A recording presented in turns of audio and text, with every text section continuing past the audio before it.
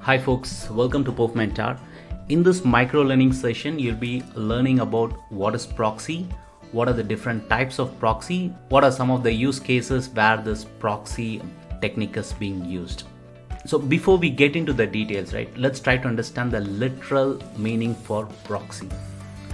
Proxy is someone acting on your behalf. Let's take the classic example, right? Like during your college days, your friends would have given attendance for you, right? So that's nothing but your friend acting as a proxy for you. So the simple meaning is someone acting on your behalf is called proxy.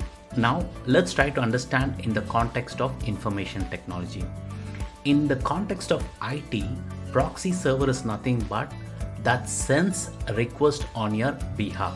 Let's take this example. I'm trying to access amazon.com through a proxy. Let's see what happens here.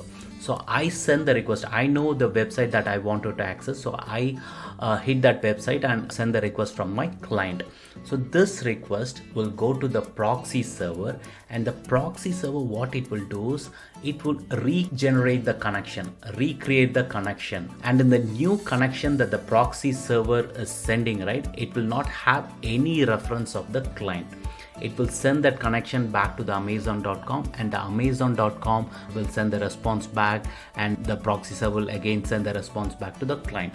So this is what happens. So in this, the client will know the destination server that it wants to access, whereas the destination server, in our case amazon.com, will not know from which client or from which IP the request came from. So it will have only the IP address of the proxy and not from the client. That's what we call it as the forward proxy. So now let's try to understand the reverse proxy.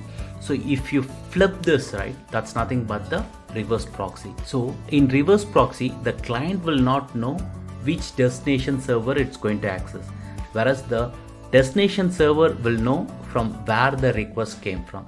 So that's called reverse proxy. Both this forward proxy and reverse proxy are used in so many different use cases. Let's try to see some of the use cases, right?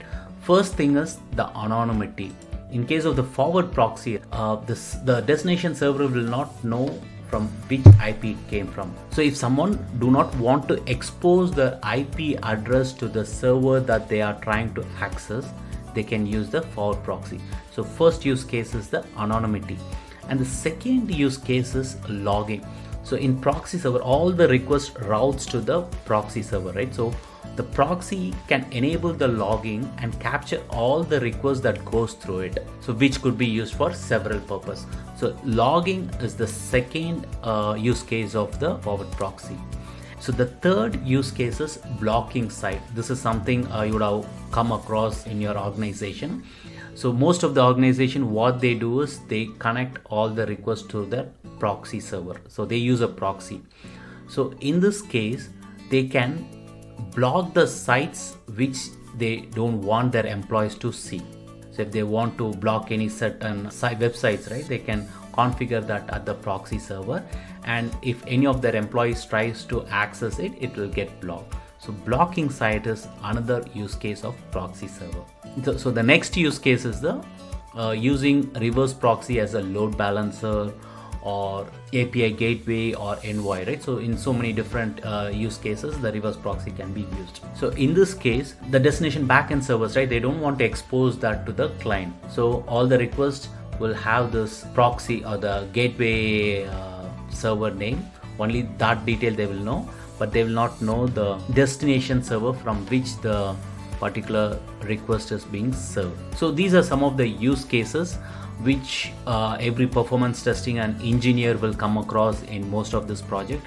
To be honest, I've been using proxy and reverse proxy for so many years, but never I tried to understand the details of what it is. So hope this session was useful for you to understand this in detail. If you want to learn more such interesting contents related to performance testing and engineering, please do like and subscribe our YouTube channel. Thank you.